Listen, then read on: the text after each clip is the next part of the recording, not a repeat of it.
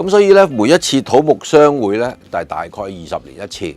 咁3個20年咧，就啱啱好係60年，就係我哋嘅60甲子嗰個來源啦。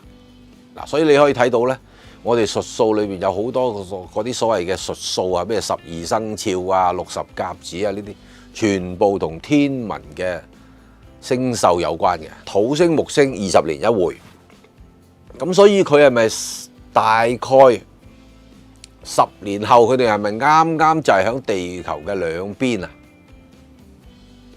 啱啱，因為20年啊嘛，平均啊嘛，咁啊一定係講兩邊。咁呢個咧，地球夾喺土星木星中間咧，我哋就古人叫做相沖，所以就係10年一會，10年一沖，又再10年一會，又再10年一沖，如此類推嘅。咁呢個咧都可以解釋到我哋算命啊。無論紫微斗數好，八字好，我哋通常講一個大運都係講10年。